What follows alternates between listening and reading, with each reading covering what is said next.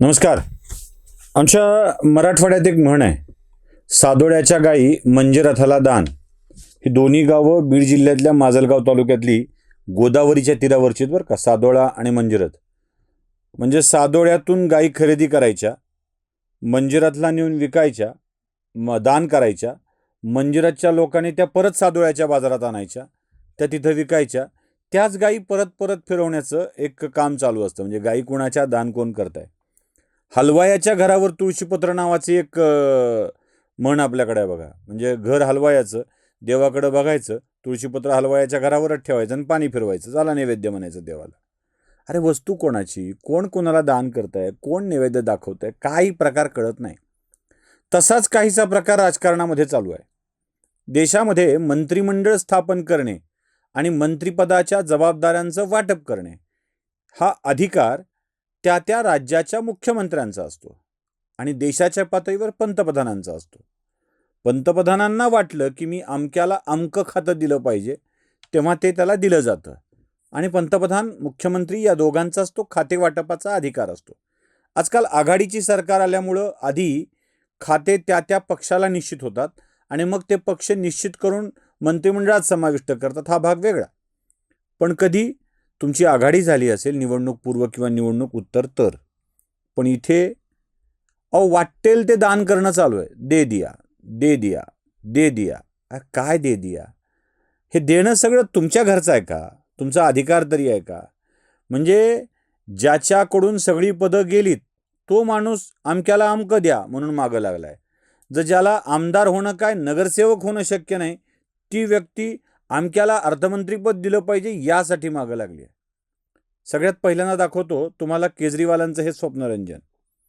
म्हणजे ज्या माणसाला आता पंजाबात आपली सत्ता टिकते की नाही याच्याविषयी शंका आहे, ज्याला दिल्लीतली सत्ता राखता आली नाही आणि जो वेगवेगळ्या राज्यात प्रयत्न करून सत्तेपर्यंत जाऊ शकला नाही, सत्तेपर्यंत सुद्धा जाऊ शकला नाही, असे अरविंद केजरीवाल. या नावाने आता देशाचं शिक्षण मंत्रीपद हे सोनम वांगचुकला द्यायचं. अरे द्यायचं तर कुणाचं नाव घ्यायचं? म्हणजे मुळात जो भ्रमाचा भोपळा तयार केलाय ना, की Sonam Wangchuk is a great personality, Sonam Wangchuk सारखा माणूस या जगात नाही, अत्यंत प्रामाणिक आहे, हाच मुळात भंपकपणा आहे. सोनम वांगचुक क्या चीज है हे मनमोहन सिंगांना कळलं होतं आणि म्हणूनच मनमोहन सिंगांनी लडाख प्रशासनाच्या वतीनं त्यांना काही पत्र दिलं होतं. त्या पत्रात 4थ्या क्रमांकाचा मुद्दा खूप महत्त्वाचा आहे. तुम्ही चीनसोबत मिळून भारतविरोधी कृत्य करताय, हे सरळ सरळ आरोप लावला होता.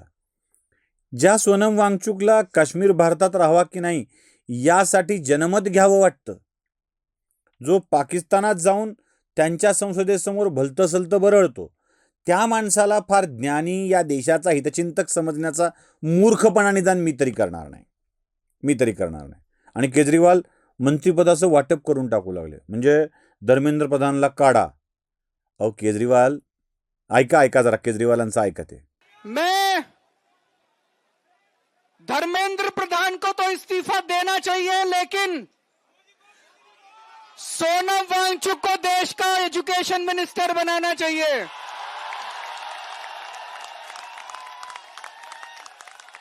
होना चाहिए कि नहीं होना चाहिए? पाहिलं, केजरीवाल साहेबांना मला एक गोष्ट दाखवायची आहे. हाच सोनम वांगचुक आहे ज्यांनी याच धर्मेंद्र प्रधानांचं ट्विट करून कौतुक केलं होतं.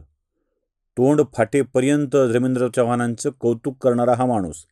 मग अचानक काय फाटलं असं धर्मेंद्र प्रधानसोबत या सोनम वांगचुकचं, की याला असं बदलाव वाटलं? मी ट्विटही दाखवतोय, जरा बघून घ्या, नीट वाचून घ्या, दीर्घकाळ दाखवतोय.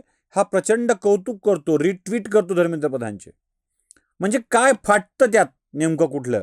काही व्यक्तिगत राग आहे? व्यक्तिगत लाभावर धर्मेंद्र प्रधानांनी काही गंडांतर आणलंय?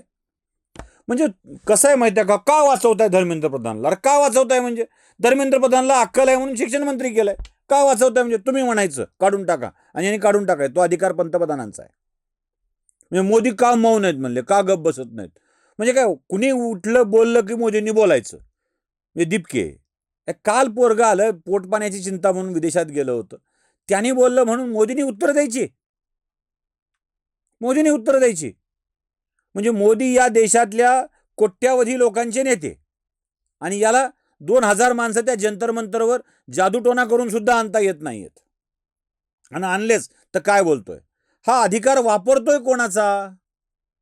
काही पद्धत नाही म्हणलं. लोकांचं ऐकायला पाहिजे की काय ऐकायला पाहिजे? कुठल्या गोष्टी ऐकायला पाहिजेत? त्यांच्या मंत्र्यांनी राजीनामा द्यायचा हे सांगणारे तुम्ही कोण? मोदींनी बोललंच पाहिजे असं म्हणणारे तुम्ही कोण? कशा करता बोलायचं तुम्ही सांगितल्यावर मोदींनी?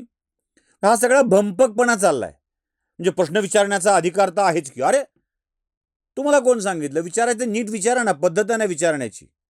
पण नाही, आम्हाला गोंधळ घालायचा आहे, आम्हाला मूर्खात काढायचं आहे सगळ्या लोकांना, म्हणून वेगवेगळी नावं पुढे करायची. सोनम वांगचुकला कशाला पुढे करताय? आमचा आक्षेप आहे, चला आम्ही आरोप करणार ना. प्रश्न तर विचारली पाहिजेत. आणि प्रश्न हा आहे, हा सोनम वांगचुक किती प्रामाणिक माणूस आहे? हा अभिजित दिपके अरविंद केजरीवालांचा पिद्दू नाही आहे का? हे प्रश्न पण विचारले जाणार ना. हे दुसरं एक अजून की काय तिकडं ते दिल्लीत एक जण मंत्रीपद वाटायले आणि महाराष्ट्रात एक जण मंत्रीपद वाटायले. आमच्या अक्का त्यांना म्हणे अर्थमंत्री पदासाठी उत्तम माणूस जयंत पाटील वाटला. अरे अरे अरे अरे अरे अरे काय बोलावं काही कळत नाही. ऐका ना, आत्ता महायुतीमध्ये ज्या सत्ता वाटप आहे त्या सत्ता वाटपामध्ये अर्थ खातं हे राष्ट्रवादीच्या वाट्याला होतं आणि दादा ते खातं सांभाळत होते आणि दादांनी अतिशय उत्तम ते खातं सांभाळलेलं आहे. दादाच्या नंतर सध्या महाराष्ट्रात अर्थ खातं सांभाळण्याची योग्यता जर कोणाकडे असेल तर ती निश्चितपणे जेपींकडे आहे. अर्थातच त्यांचा पोर्टफोलिओ, त्यांचं पॉलिटिकल स्ट्रेचर जर बघितलं तर ते निश्चित अर्थ खातं गृह खातं सांभाळण्यासारखं आहे. पण अडचण अशी आहे की ते आमच्यासोबत आहे. जेपी काय शब्द आहे भन्नाट. जेपी, मला वाटतं अर्थमंत्री पदासाठी जेपी हे व्यक्ती आहेत. अरे किमान जयंत पाटील तरी म्हणा. जेपी आपल्या घरचा असल्यासारखं काय चाललंय? जयंत पाटील यांचा कोण लागून जातो या स्वरूपात. जेपी मला वाटतं फार महत्वाचे माणसं आहेत. अरे कोण अर्थमंत्री व्हायचं याचा निर्णय फडणवीस घेतील ना. तुमचं काय आलं मध्ये घोडं? तुम्ही कशाला दामटताय? ना तुमच्याकडे तो अधिकार आहे, ना तुमचं कोणी ऐकणार आहे, ना तुमचा काही संबंध आहे. हलवायाच्या घरावर तुळशीपत्र ठेवण्याचा हा प्रकार झाला. बरं जयंत पाटील कोण? नाही ते आमच्याकडं होते ना. अरे डोकं ठिकाणावर आहे का या लोकांचं? राज्यात सत्ताधारी पक्षाच्या खासदाराला किंवा आमदाराला देशात राज्यात मंत्री करता येतं. करता येतं नाही, करता कुणाला येतं? करतात. विरोधी पक्षातला नसतो करायचा.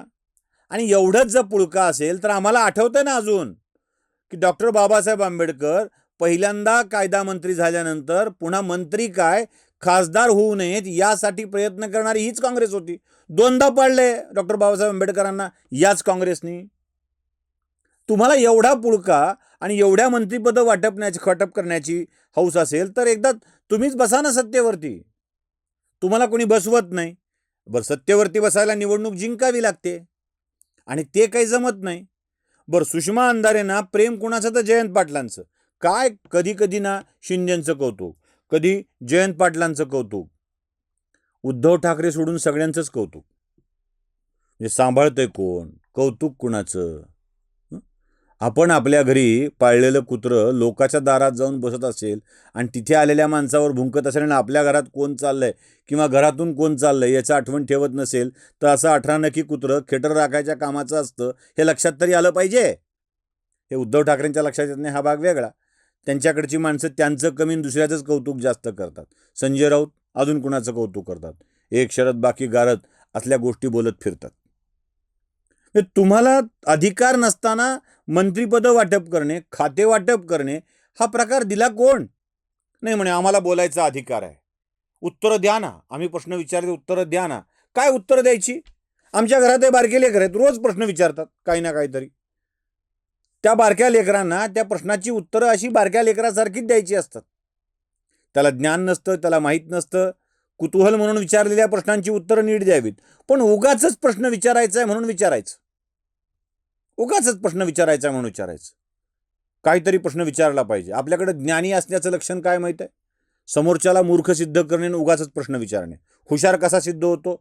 मी काय बोलायला लागलोय, मूर्ख आहेत, नालायकपणा आहे हा सगळा, बिंडोकपणा आहे हा सगळा, असं म्हटलं की तो माणूस हुशार. म्हणजे लोकाला शिव्या घालणाऱ्यासाठी शिव्या घालायचे यासाठी की आपलं ज्ञान दिसलं पाहिजे.